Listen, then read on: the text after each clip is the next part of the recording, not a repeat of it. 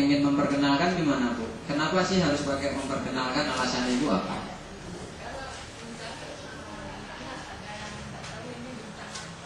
Oh iya, mungkin tidak semua siswa itu mungkin seperti kalau kajiannya saya orang baik Bu, saya orang baik. Jadi semuanya dibela. Mungkin ingin apa? Ingin menunjukkan meteor kan benda langit, anak-anak nggak tahu itu harus diperkenalkan kan seperti itu kan termasuk benda langit.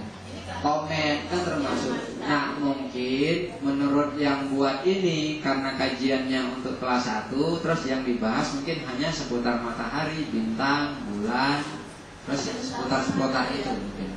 Sedangkan menurut persepsi yang ibu satunya, ya harus diperkenalkan kan tidak semua siswa itu kenal benda langit. Ya tergantung di posisi kita mengajar. Sama saya kembalikan, kalau ibu ingin jauh sekali membahas masalah ini, mau kaji masalah meteor umpamanya, mau mengkaji masalah, iya maksud saya itu Bu. Nah kalau inginnya seperti itu nggak soal, kita memakai bahasa yang ibu buat, jadi memperkenalkan karena tidak semua siswa kenal benda langit.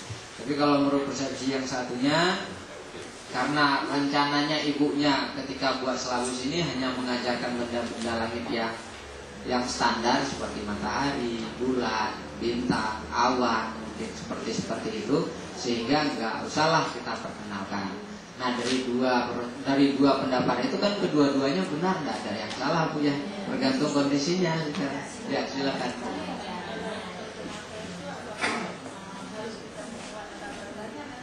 Oh iya, Ibu kalau kenalan dengan saya kan tidak mungkin sayanya nggak ada, harus ada, kan baru bisa kenalan, harus ada. Jadi kalau ibu ingin kenalan dengan saya, bisa nggak kenalan kalau saya nggak ada? Nggak bisa Bu ya. Makanya sayanya harus ada, mungkin gambarnya saja, tapi jangan gambarnya saya, ntar diajak kenalan.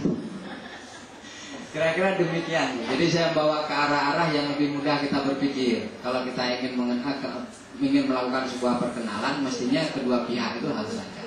Nah seperti ibu katakan tadi, sebenarnya ibu sendiri sudah menjawab.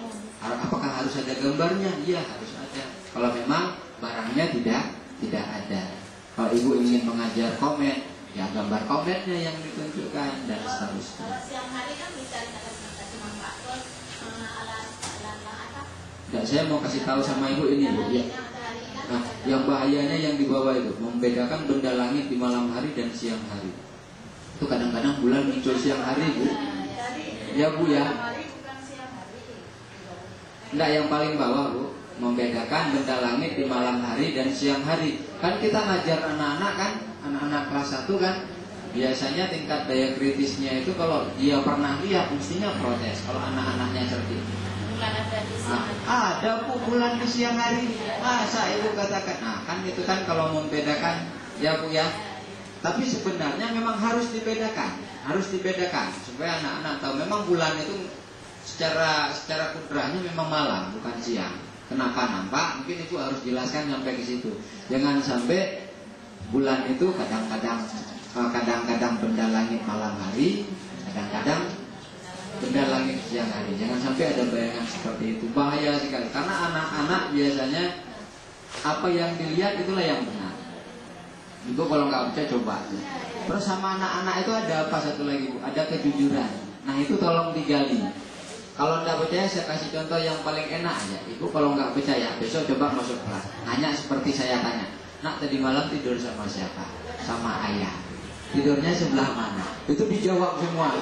Iya, kenapa? Karena anak-anak memang jujur. Tapi tolonglah kejujuran itu digali, potensinya itu digali. Nah inilah yang artinya apa? Memang betul-betul kalau kelas 1 sampai kelas 3 itu ngajarnya kalau sedikit salah luar biasa. Bahaya sekali, dosanya banyak. Walaupun pahalanya seperti yang kita ngomong kemarin juga banyak. Nah hari ini saya juga ingin ya sambil cerita-cerita ini udah kita bahas sampai di sini, nanti kita bahas sampelnya. Kalau tidak salah saya ada sebagian anak yang mengatakan begini, ketika ibu atau orang tua lain lah di rumah ngajari sesuatu ke anaknya, terus kebetulan yang diajari oleh orang tua itu berbeda dengan gurunya yang ajar, ya. Terus apa kata anak biasanya? Salah sama penuh. ada guru yang betul. Kan begitu ya. Pada satu posisi kita sebagai guru menjadi bangga ya. Pada satu posisi. Nah, pada posisi yang lain kan kita juga sebagai orang tua, juga sebagai guru, dikatain sama anak kita, "Nah lo bete, Mak. Guru pegah kan lagi." Padahal kita guru. Kan ada dua sisi, Bu ya. Ada pendidikan yang salah gitu. Satu sisi kita bangga, sanggup menanamkan sebuah karisma yang luar biasa ke anak. Di satu sisi ketika kita kembali ke rumah menjadi orang tua, hilang karisma tadi. Dan kadang itu harus dipikirkan apa yang salah selama ini. Iya kan, bukan? Di satu sisi betul kita telah menanamkan sebuah kepercayaan yang luar biasa. Karena anak-anak itu luar biasa percaya ke gurunya. Tapi jangan sampai kita betul-betul menanamkan kepercayaan itu sehingga apa yang dikatakan orang lain benar itu kadang-kadang nggak mau didengar oleh anaknya. Sayangnya kalau itu tetap dipertahankan ketika kita